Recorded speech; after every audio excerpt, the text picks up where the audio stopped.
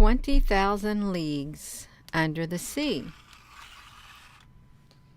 And was that an account of what took place under the sea at approximately 20,000 leagues underneath? Did they encounter strange ships? Did they encounter an advanced civilization? And if so, who were the advanced civilizations? And how long had they been there? And were they friendly? Is there another place inside the earth, deep within the oceans and the seas of the earth? Is there like another world? Like Journey to the Center of the Earth? Does that world exist? I think it probably does exist, because I think it'd be really difficult to come up with some of the storylines that they write about, the books and the details explaining what they saw when they went inside the earth or deep within the ocean. And you've got movies about Atlantis, the lost city of Atlantis also. So thank you for tuning in. Let me come over here for a moment. I'm going to bring up this live stream on my cell phone, and we're going to do it. We are. Hello there, Apple Brooks. Hello, everyone. Thank you for joining. I hope you can hear me. I've heard about this book before. I might have watched it. I really might have watched it maybe one time, and it was a lot to take in, you all. But it's Jules Vernon. Let's look at this. Let's come over here and look at this. 20,000 Leagues Under the Sea is a classic science fiction adventure novel written by Jules Verne. It was originally serialized from March of 1869 through June of 1870 in Pierre-Jules Hetzel's fortnightly periodical, the Magazine d'Education et de Recreation. So look at this. It looks like there's big sea monsters, big whales and stuff there. Did that place actually exist? It looks pretty cool. It really does. Let me put this search engine up here so you all can see where I started off. I didn't know what I was going to do a video on, but hate me a bowl of cereal. I thought, I am so hungry, I haven't ate. And I sat here and I was just eating my cereal, and then I thought, 20,000 Leagues Under the Sea. That sounds pretty interesting. And so I clicked on it. I did. Look at this right here.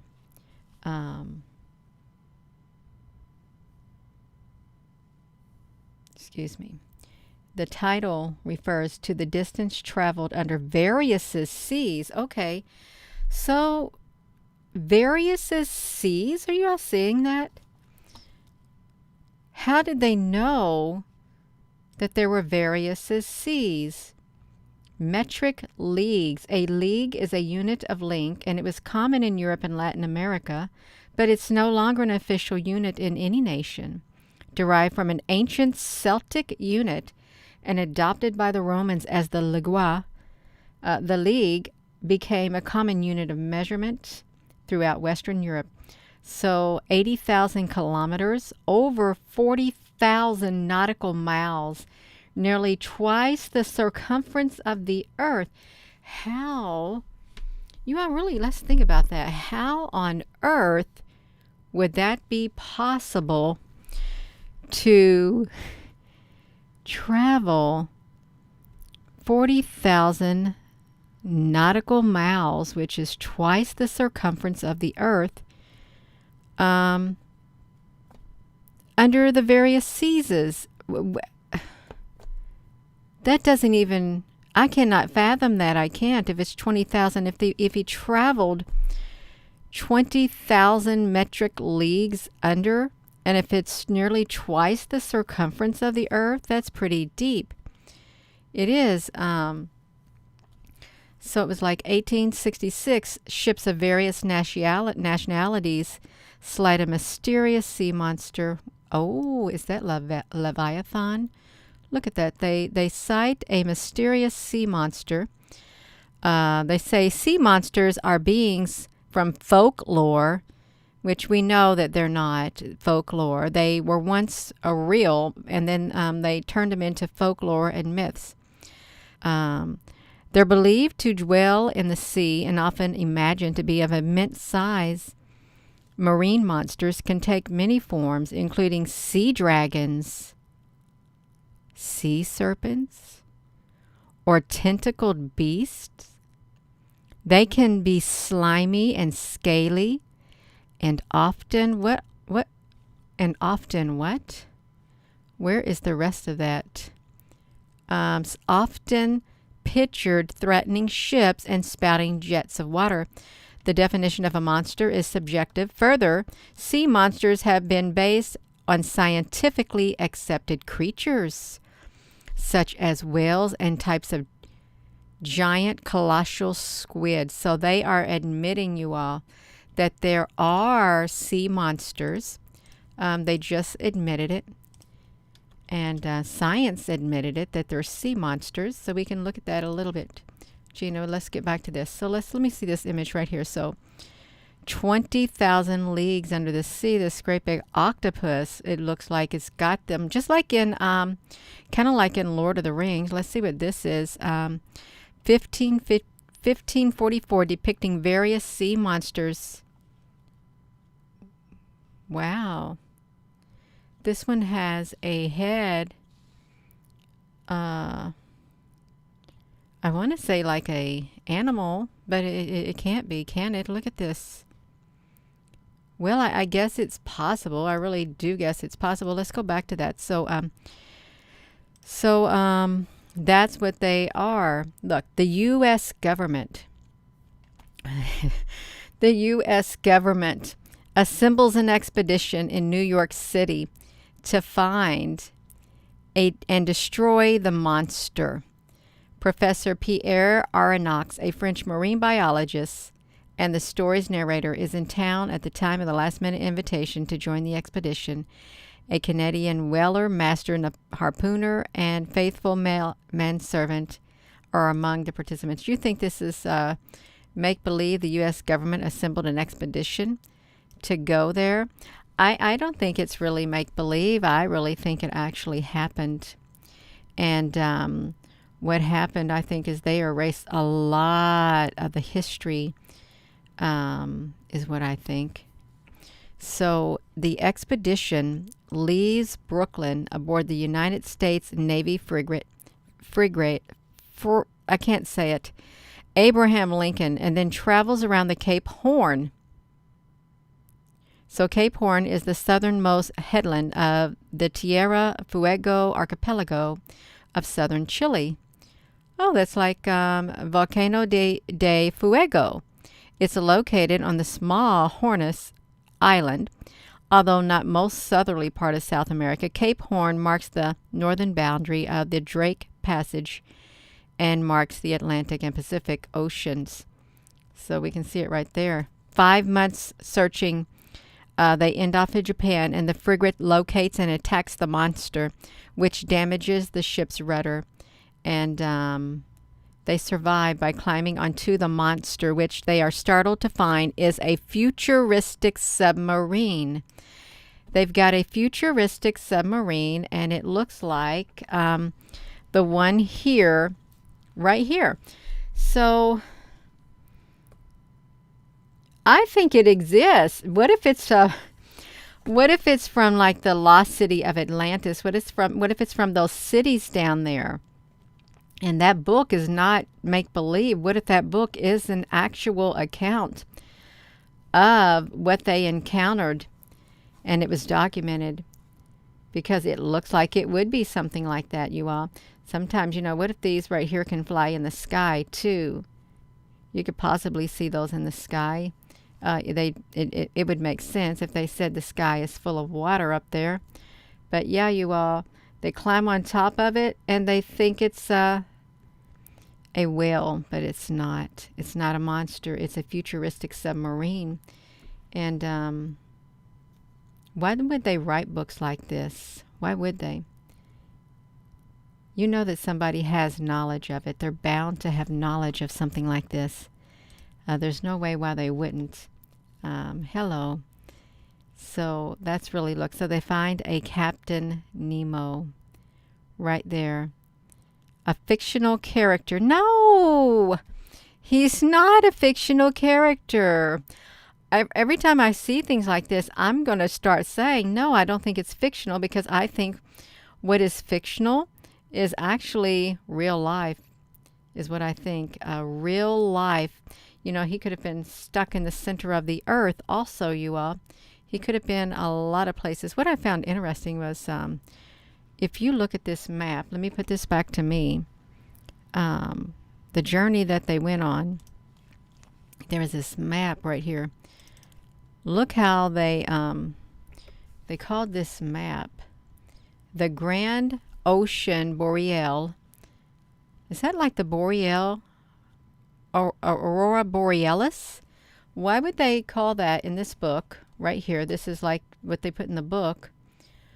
Grand Ocean Boreal, like that Borealis.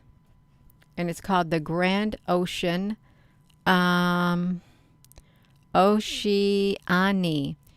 Look how they got Australia. See, now you can see Australia over here right next to the United States right here. They've got a Peking, China. We can see, is that Poland up there? So that's the equator right down here. So this, I guess, would be their little journey and stuff like that. Aurora Borealis. Yeah, that right there is an interesting map. It is. So let's look at this, you all. So we got this. They are attacked by the Nautilus. Look at this right here. This is what they're supposed to have encountered down there. Look at this, like giant jellyfish. If I'm over here, giant jellyfish. And I don't know if they're exactly walking under the water or walking out of the water, and these are just suspended in midair. They could be in midair. In some movies, these right here can be seen in the skies. Isn't there like a science fiction movie where this type of, let me put it right here, this type of being is in the sky right here as a alien species? Is there a movie like that? Because in this book, it really does look like a species, is what it looks like. I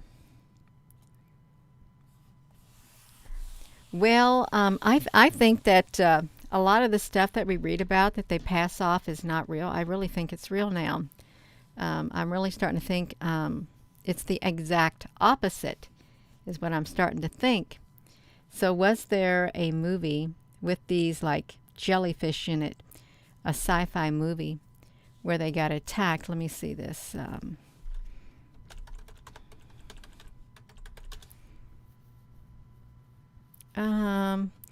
No, I don't want to look at that. I want to do a alien UFO jellyfish.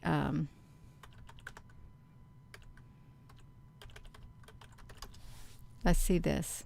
I can't find it up. I thought I seen a movie or heard about right here. Now they're trying to say it's a hoax.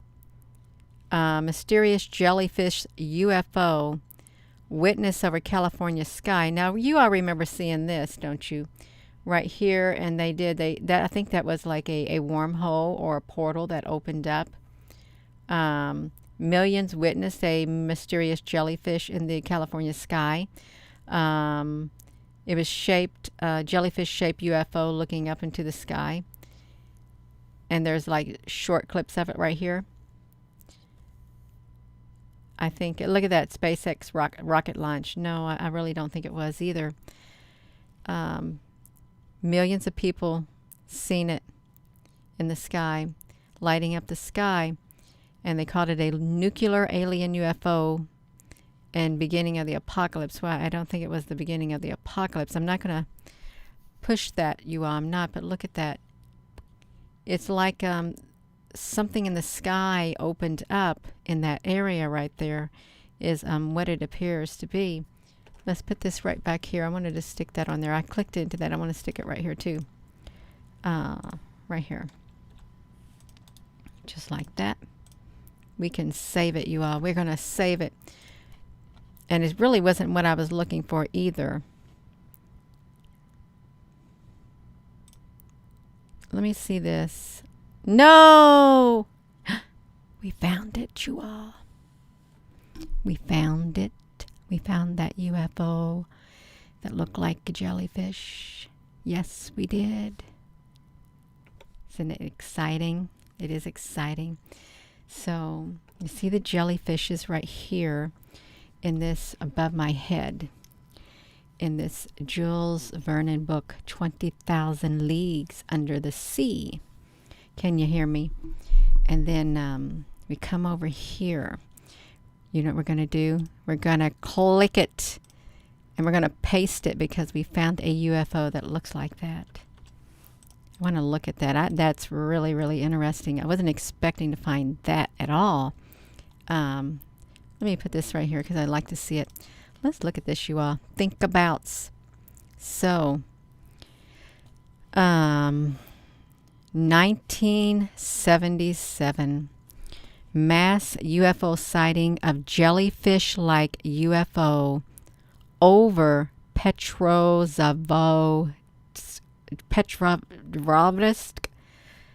I can't say it, you all. Let me see. Yeah, so this is the UFO that looked like a jellyfish, people said.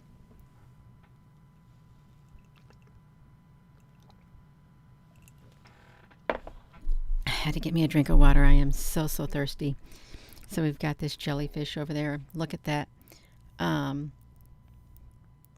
This is the time when it was seen. This is great. This is really great. Think about sighting report. Think about its sighting report. On September the 20th of 1977 at 4:05 a.m. By this right here, Russian Federation. The classification is a CEI, Close Encounter 1, of an object in close proximity to the witness within 500 feet. And the duration is 10 to 20 minutes. It looked like a shining jellyfish. There were multiple witnesses, and the source is Michael Hessman in 1998. Early risers in Petrovsk saw a bright light suddenly appearing amid the clouds at about 4:05 a.m. The star-like light came nearer and descended in a spiral trajectory and soon looked like a ball of fire. Soon it looked like an reddish-orange hemisphere surrounded by a bright zone. During the next few seconds, hundreds of thin rays of light, like thin arrows, were showered upon the earth. The thing now looked like a big jellyfish with golden tentacles shining in beautiful colors. The full report, you all. This is in Russia. It's from 1977 on September the 20th.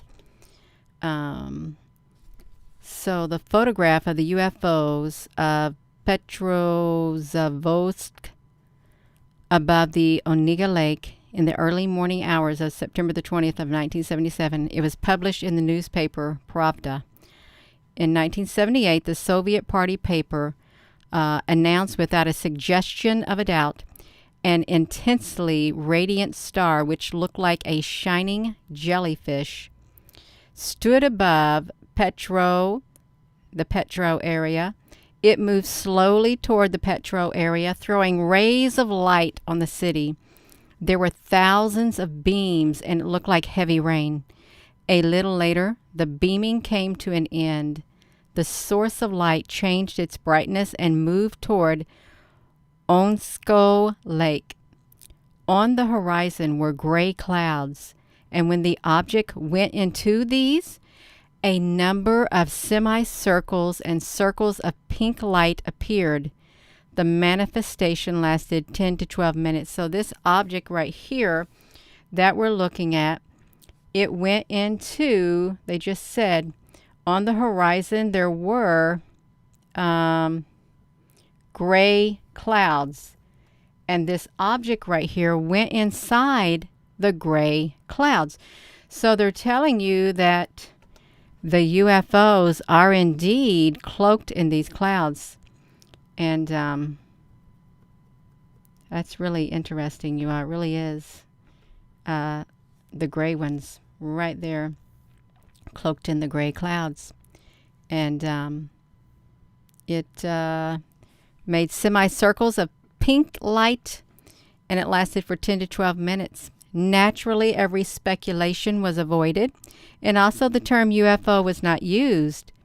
In spite of that, the report gave a good, though short, impression of what happened exactly 1 year before in Petrode, the Petro place, and what had been meanwhile examined with painstaking thoroughness by a commission of experts especially set up for that purpose. So on September the 20th of 77, 185,000 inhabitants in the capital of the Karelian Autonomous Soviet Republic saw a bright light suddenly appearing amid the clouds. So they saw the bright light suddenly appearing amid the clouds at 4:05 a.m., and it was star-like, and it came and descended in a spiral trajectory, soon looked like a ball of fire. It reduced its speed, and finally it hovered for about 6 minutes in one spot. If anyone had not noticed it before, they noticed it now, for it made a terrible noise like that of a howling siren. The howling stopped, and the object started moving silently toward the town. Soon it looked like a reddish-orange hemisphere surrounded by a bright zone, in which there were many points of lights, like stars that twinkled and disappeared. The light began to pulsate. A beam of light came out like a telescope from the bottom of the object, vertically downward, followed by a second, less bright beam. After a time, both the beams disappeared. During the next few seconds, hundreds of thin rays of lights, like thin arrows, were showered upon the earth. People who had, until then, watched the spectacle fascinated, now broke out in a panic. They ran around the streets, throwing themselves to the ground. Some workers in the harbor thought it was an American nuclear attack and shouted, "This is the end."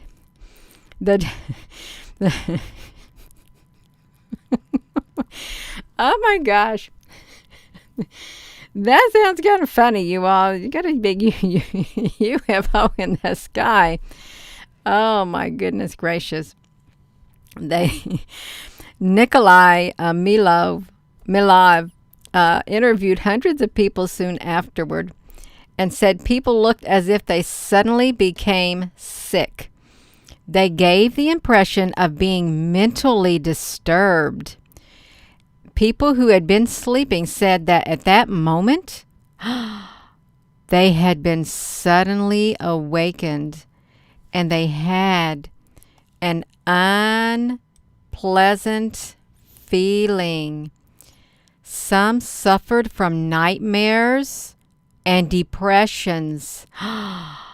Most of them said they had felt electric currents inside themselves.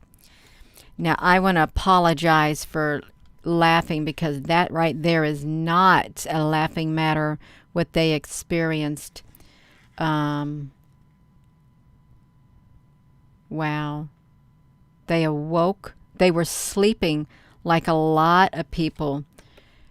See, we've had people reporting this happening to them. Okay, we have. Like just within the past year. They had been sleeping, and at times they had been suddenly awakened, and they had an unpleasant feeling. Some people have suffered nightmares and depressions, And some people have felt electric currents inside of themselves. So this is an account in 1977, you all. Yeah. The thing looked like a big jellyfish with golden tentacles shining in beautiful colors, and a white glow around the hemisphere had now shrunk to a shining ring. The beams of light came down to earth in a slight curve. They drilled thousands of holes. They drilled thousands of holes in the asphalt and in the window panes. Some of the people estimated the diameter of the object at about 300 feet. They said that it came down closer and closer, and finally it hovered above the harbor. By now it was shining so brightly that it hurt their eyes to look at it. That sounds like the sun. It shines so bright it hurts our eyes to look at it. Then a smaller and brighter object in the shape of an electric bulb detached itself from the jellyfish and flew over the roofs and you all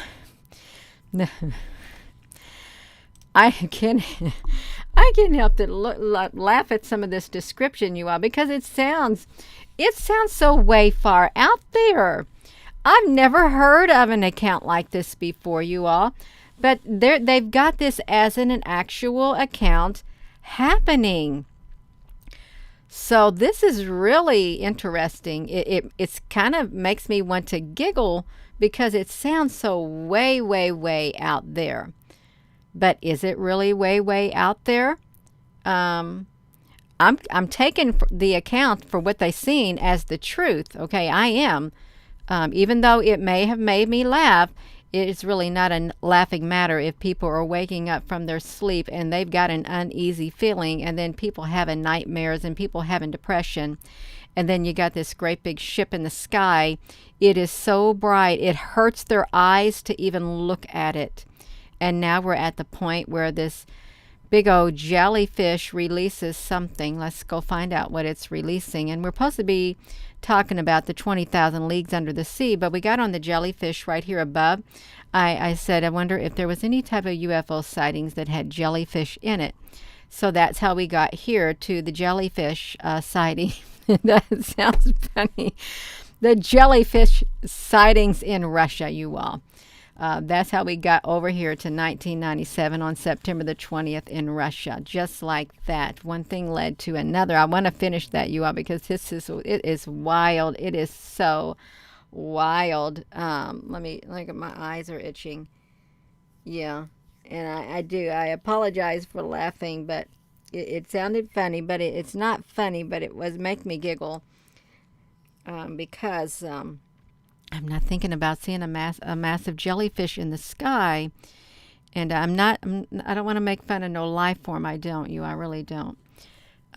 So they saw it came down closer and closer, and oh my goodness gracious, it came down closer and closer, and finally hovered above the harbor. By now it was shining so bright that it hurt their eyes to look at it. Then a smaller and brighter object in the shape of an electric bulb detached itself from the jellyfish and flew over the roofs and between the houses along the streets. Some of the people proclaimed to have seen this bulb returning to its mother's ship and disappearing inside of it.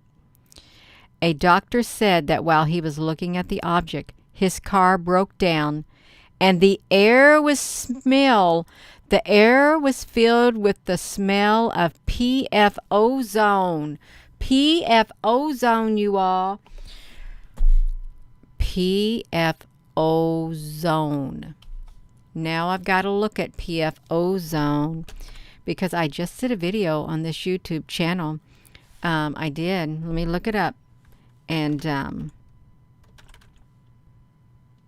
It's a Trey 76. I think that was who it was. No, I want PF ozone. Well, we know that it's like okay, look at this. So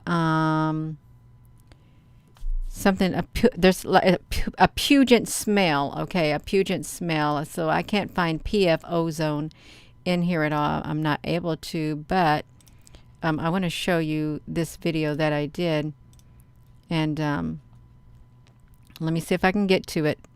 Let me get to here, because he documented seeing this in the sky. It was right here. Every single month we get not right there. Let's put this out. Let me skip this. Right here, this was Trey. Right here you are. Let's look at this. Let me turn him on.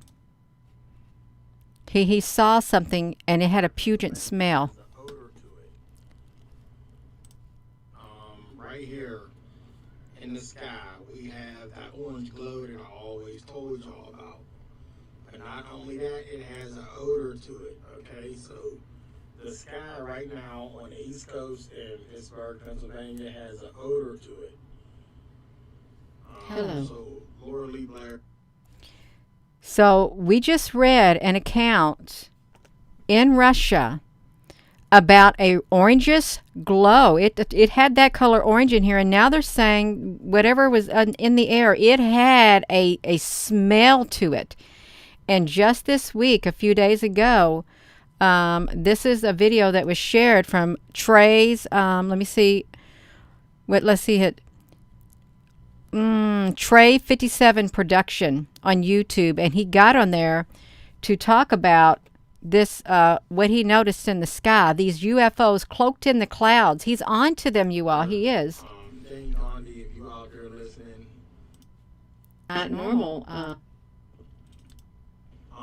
To Gina Marie Colvin. I never get no feedback from you. But I've been speaking on the things that you're speaking on. I just want to let you know that my eyes been wide open. If you ever follow some of the subscribers that do know about the things that I'm talking about, they would even tell you. I've been on that, I've been on this, and I congratulate you to trying to wake people up as well, the people that are asleep. But yeah, that's a craft up there. And it's burning off. You can smell it. It's horrible. It's horrible. That's their exhaust. Everybody stay safe. Keep that. Okay, you see what he said. He that's their craft up there. He smelt it. That's their exhaust. Now see, this was a few days ago. So this is he's an eyewitness too to what was seen. And we've got this over here, you all. We've got this this doctor looking at the object. His car broke down and the air was smell of some whatever PF ozone. Just like that, you all. And if we went up over it, they talked about a different color that was happening. And this object actually, look, it looked like a reddish orange hemisphere surrounded by a bright zone. So reddish orange. And this object, the object went into some gray clouds also. So let's read the rest of this, you all. Yuri Gromov, director and of the meteorological station at the Petro place, hatched the phenomenon and said, the body assumed the shape of an elliptical ring. It finally moved toward the bank of the clouds above the Onesko Lake. It burned a red hole in the clouds, and it disappeared in the hole. You all, this UFO that they saw, it flew toward the banks of the clouds. It burnt a red hole in them and disappeared inside of them. It had a smell in the air because of its presence. And that's 1977. They haven't left. They haven't left yet. So the whole show lasted about 12 minutes. Whatever it was, at least the meteorologists ruled out the possibility of it being a ball of lightning or an aerial reflection. They said there were no aircraft or helicopters in the airspace above the petrol place. And in my opinion, he says it was a UFO, either a UFO, the messenger of a higher intelligence with crew and passengers, or a field of energy that came from a UFO. And if you're just tuning in, I was talking about the 20,000 leagues under the sea. And I think there was a place under the sea, and I think there still is some place like that inside the earth. And they don't speak about it, but they wrote books about it. And, you know, you got the lost city of Atlantis, and you got all these other civilizations, the Lemurians, and all this kind of stuff. And you've got these jellyfish that showed up, and there goes my nose again, itching, you all. Oh my gosh, all of a sudden, why is this happening to me, you all? It just itches all of a sudden when I want to talk about something. I kid you not. So we've got this right here. You see it right here. Let me put this back to me. These jellyfish up here. And I thought, you know, what if they are like UFOs? And wasn't there like some kind of UFOs that showed up in the sky? And I was doing a search, and I found them in 1977, September the 20th, in Russia, a sighting of what they explained as jellyfish in the sky. So that's how we got to that, you all, if you're just tuning in. So I really did stay on the subject of the 20,000 leagues under a sea. But I got stuck over here. Let me just put this right here. So during the next couple of weeks when this happened, over 1,500 letters were sent to the authorities and to the task agency expressing worry and concern. And they wanted to know how safe it was to stay in the petrol place. They say, is a journey to the Karelian capital dangerous? How high is the radioactivity? All these letters, as well as the eyewitness reports in the archives of tasks, were confiscated by the government officials. So the government decided they wanted to confiscate all the letters, all the eyewitnesses' reports, and all further references to the topic were forbidden to be spoken about, and scientists investigated the case in secret. So you see right here, they forbid the people you're no longer able to reference this topic. It is forbidden. Forbidden. References to the topic of the aliens, the UFO, is forbidden. You cannot talk about it. So they confiscated the task agency. They were confiscated by the government officials. All further references. Okay, they confiscated it because they didn't want the information out. What are they trying to hide, really? Because if there's nothing to hide, why are you confiscating documents and eyewitnesses' reports? If there's nothing to hide, you don't need to go and confiscate documents and confiscate eyewitness reports. If there's really nothing to it, you don't have to do that. But you got something to hide. So that's how that works. So Vasyl Zakharchenko, the publisher of the magazine Technique and Youth, who had good connections with government sources, said the Commission of Academy of Scientists have found that there were holes, you all, in the window panes, and they gave the impression that the glass had been melted. The holes are the size of a coin.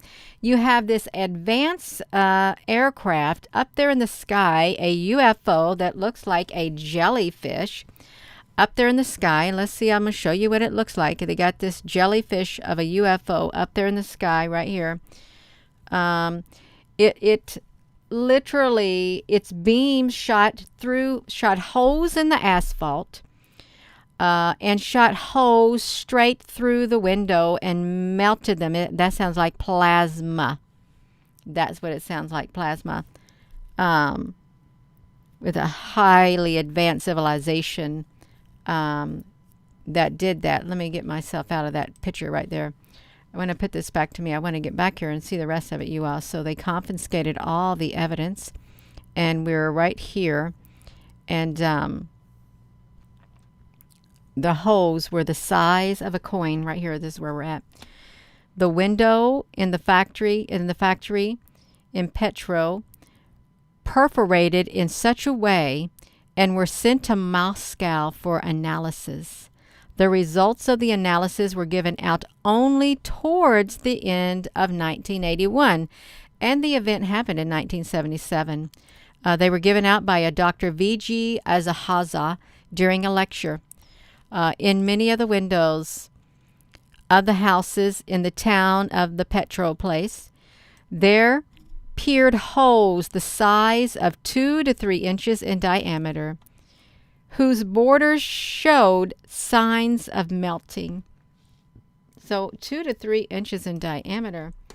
I don't have anything near me that would be 2 to 3 inches in diameter. I really don't. But you get the point. Whose borders showed signs of melting.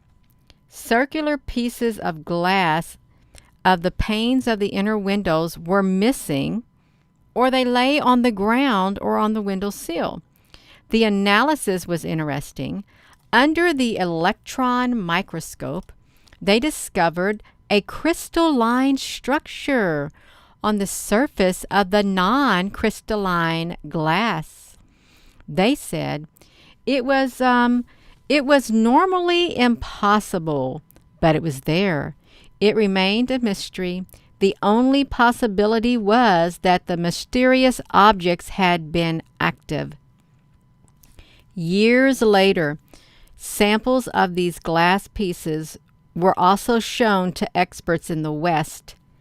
In 1978, the astronomer Dr. Del Cruikshank and the sociologist David Swift of the University of Hawaii were allowed to see the glass pieces at the Academy of Sciences in Moscow. They confirmed the existence of crystalline structure at the edges of the holes, as did the chemist Professor Manfred Cage of the Institute for Scientific Photography at Schloss Westenstein near Stuttgart, who later examined one pane with a number of holes. We're almost done, you all. If you're hanging in, and I don't know if my screen's working, I'm pushing those buttons on that OBS, and I don't know if it's switching screens on us, and if it's not, well, I guess they don't want me to switch the screens. I'm sitting here. I'm going to wave to you just in case they won't let me switch, and I can look at my little phone and see if they let me switch. I really can. I'm just going to see what they're doing to me. Did you all see me waving? Am I on the big screen or I'm on the small screen? Because I don't know what's going on.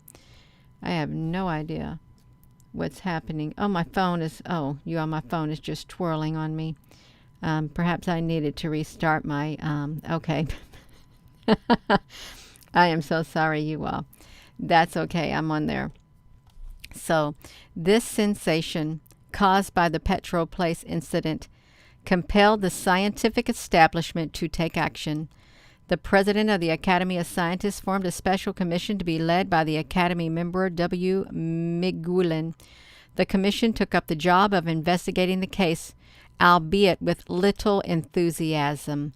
Oh, so after a superficial study, they came to the conclusion that the holes were a result of a still unknown natural atmospheric phenomenon, possibly in connection with human technology, for instance, a rocket launch.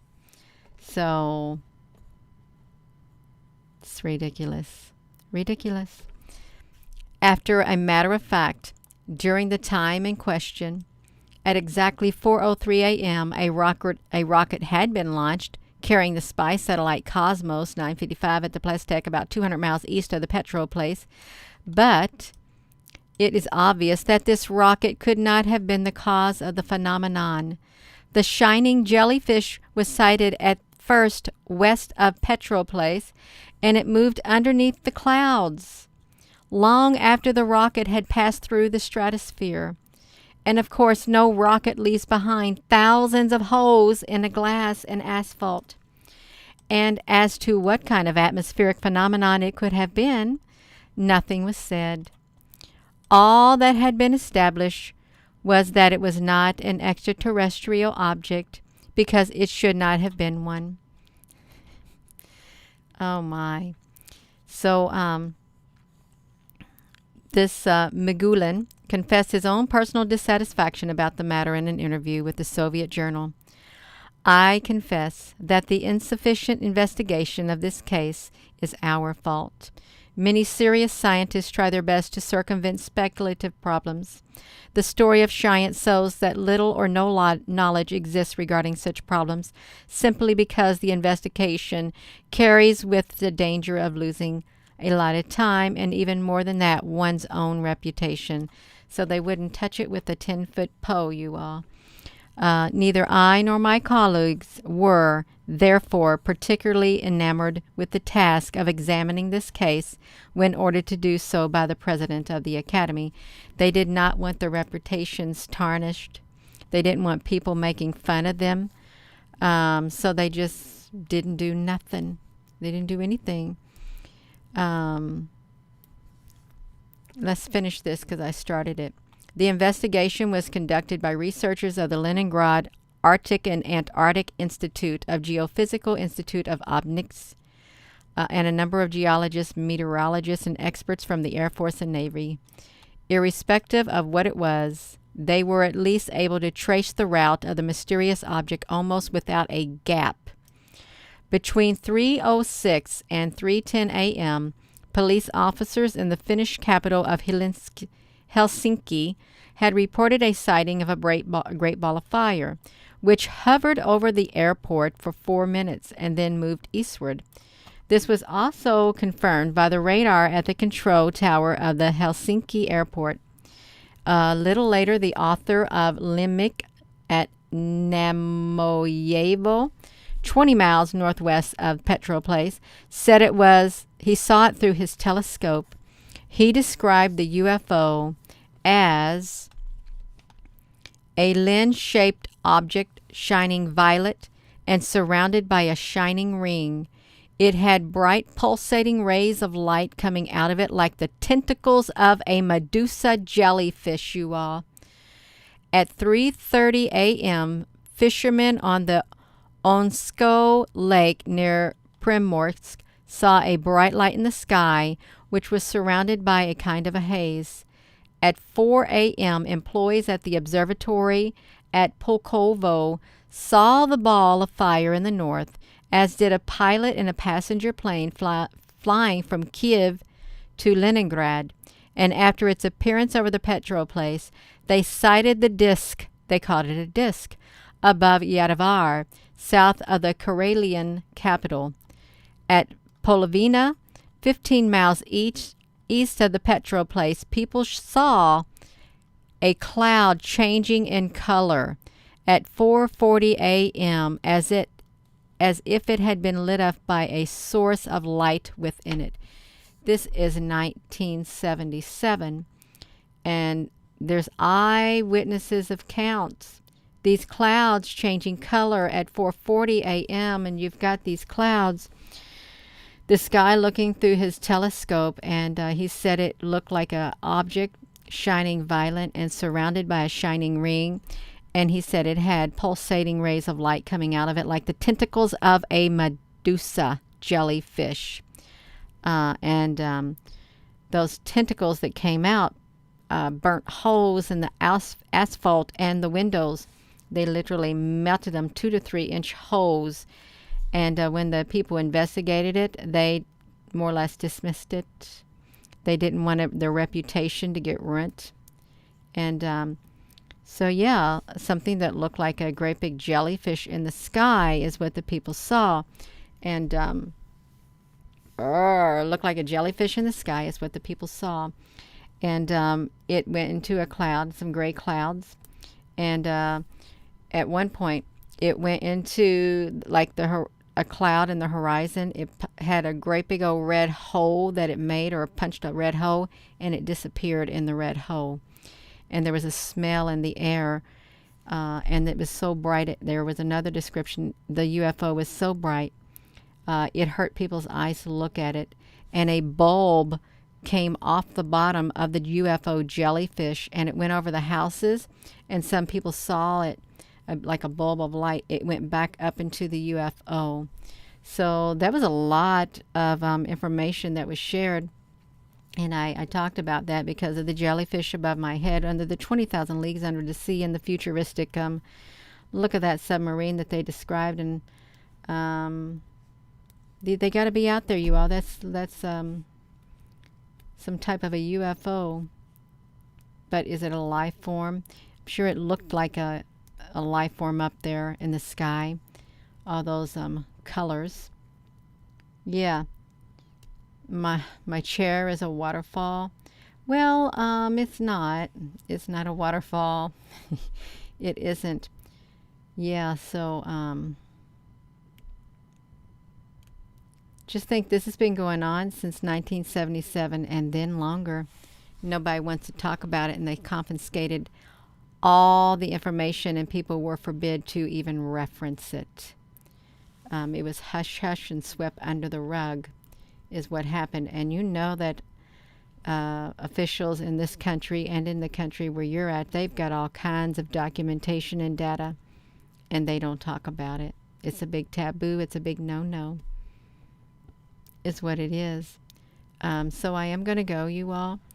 And I hope that wasn't too long for you. It's kind of like a story, but it's really real-world events that happened. And I think everything is connected in one way or another. One thing leads to another. It's just part of the big puzzle. It's a piece of the puzzle of life. So with that being said, hello, wherever you are in any part of the world. Hello. From my heart to yours, love you. Have a wonderful rest of your evening. Thank you for your comments, and thank you for taking the time out to watch this video and listen to what I had to say, even though you may not have agreed, even though you might have got entertained. Thank you anyhow. And thank you, moderators. Have a wonderful evening, you all. Love you. Did I say hello wherever you are? I think I did. If I didn't, yeah, I'm just going to repeat it because I'm tired and I don't remember, so I'm just going to say it again. Hello, wherever you are in any part of the world. Hello. From my heart to yours, love you. Have a wonderful evening. Good night.